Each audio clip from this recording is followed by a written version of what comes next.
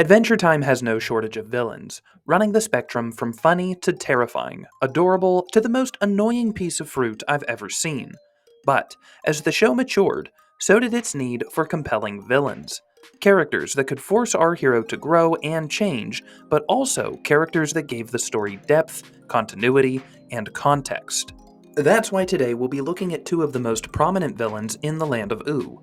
Easily one of the most misunderstood characters early on in the series, the Ice King, and then possibly the most terrifying character in all of animation. No, Tonto, no! No, not quite. That's better. The voice that haunts my dreams. Ron Perlman.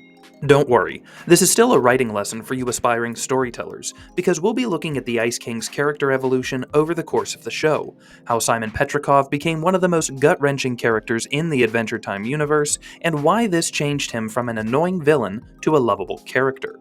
Additionally, we'll explain how the Lich was presented in the completely opposite fashion, how his mystery made him all the more terrifying, and how his existence and Simon's intertwine, making the story world richer than Cinnamon Bun's creamy filling.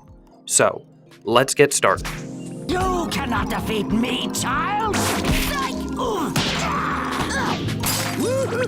Season 1 of Adventure Time is, in many ways, what I would consider a good example of a rough draft.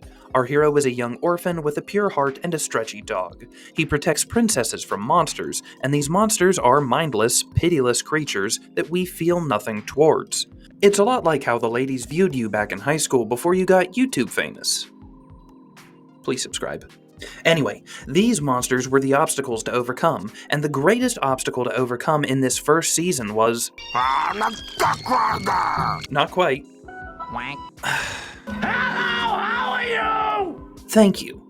The Ice King, while not an existential threat to the world, was portrayed as a monster. More fleshed out than, say, Ricardio or the Businessmen, but a monster nonetheless. In Seasons 1 and 2, the Ice King is hellbent on finding princesses, often at the worst times possible, making life harder for our heroes, but never threatening their lives. I thought I told you to hit them, not burn them alive, you big dummy! Okay, maybe that one time, but he's not malicious, he's just humorously annoying, which started to become a bit of an issue as the rest of the show was beginning to mature. Something needed to change, but what? And that's when it started. The visions.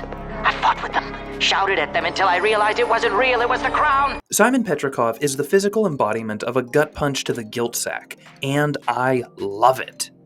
2.5 seasons into Adventure Time, 2.5 seasons of laughing at the Ice King, making fun of his misfortunes, and hating him more than sand in my swim trunks.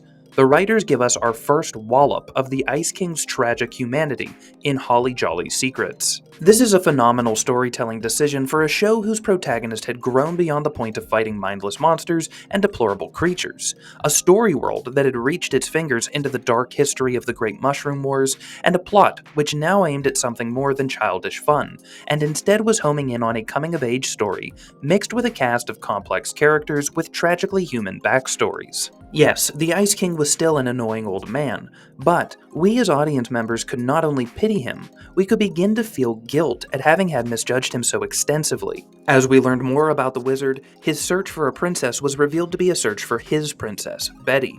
His outbursts of anger were the remnants of another tortured soul. Even his powers were signs of a sacrifice made to save a child he no longer remembered. Oh God, I'm not crying, you're crying. As a quick writing aside, what I most want to believe about the creative process of writing Simon Petrikov is that none of it was planned.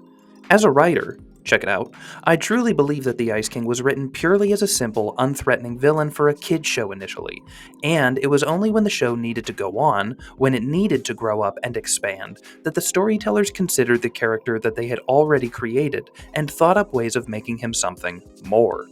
I would encourage all of you to do this while proofreading your first draft and asking yourself, how can I make a flat character more dynamic? This is also why my stories get thicker than J-Lo in the early 2000s. But, back to the video. The reveal of Simon Petrikov not only shed light on who the man inside the monster once was, but his story also gave us an emotionally compelling history for the Land of Oo, a heartbreaking tale of one man's sacrifice for a child, and a first-hand account of what was at stake for our heroes if they failed to defeat Adventure Time's true villain. Aren't you cold, thin, Walk into the well, Finn. Unlike the Ice King, the Lich is more terrifying than walking in on your grandpa while he's showering. It's a cruel irony. The Lich is pure evil, pure indifference, wanting nothing more than to destroy the universe, starting with Ooh.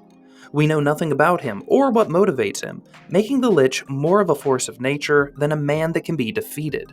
This is the existential threat that Adventure Time was missing, the catalyst Finn needed to fight for something greater than glory and princesses, and the reprieve Ice King needed from the role of lead antagonist so we could better come to know his backstory. What I love about this transition from what I will call the Ice King period to the Lich period in Adventure Time is that it clearly marks a shift in the tone and themes of the show. Yeah, there are still wacky antics. Yeah, there are still childish quests. Yeah, there are still fart jokes.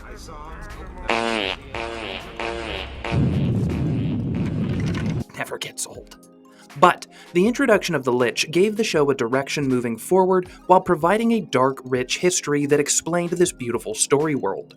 Why this matters for us as storytellers can be recognized when we see just how much influence a villain has on a story, despite hardly ever being seen and hardly knowing anything about him. It's that Ron Perlman magic, I swear. And it's also the interest in a storyline that one character can bring to the table. In creating the Lich, or in writing a similar type of antagonist, a key point is to keep them ambiguous. It's like if you were writing a story about your father. You don't know much about him, which means that he could be anybody. When we do this with a side character, especially when that side character is the lead antagonist, it allots us as writers wiggle room to create their backstory and motivation, while also generating mystery and unease in our audience.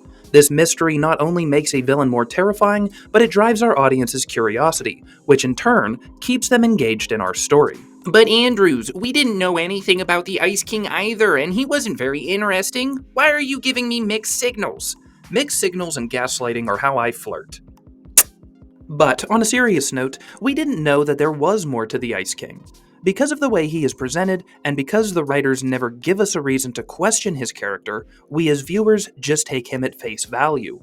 The Lich, on the other hand, is a whispering skeleton that possesses a snail and opens a portal to hell in the atomic fallout of an old subway station during 2 minutes of screen time, so yeah, I have some questions. If you want a character to move your story forward, helpful hint, you should definitely want this, then you need to give your audience a reason to be curious. Fancy spells, insane powers, Ron Perlman's voice despite having no lips, all of that serves as a hook for your audience's attention, from which you can add depth and emotion to your story. Interest in the Lich's comet is what allowed the storytellers to explore the origin of the Ice King's crown. The awakening of the Lich is what opened up avenues of exploration for Simon Petrikov's survival of the Mushroom War and the years spent protecting Marceline. The Lich's existence put pressure on Finn's feelings towards Bubblegum, caused the loss of his idol, Billy, and added injury to insult when Finn finally met his father. It is because of one well-developed villain that the story was able to add depth to all of these layers, not only making a story richer, but weaving together aspects of a character web which hadn't existed previously.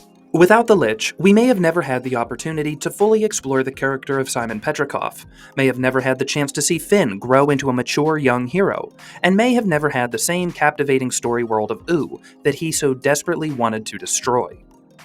Thank you guys so much for watching. Leave a comment if you want to see more Adventure Time topics, they're coming out regardless, alongside all of the other content on this channel so that you can keep writing the best stories possible. The end.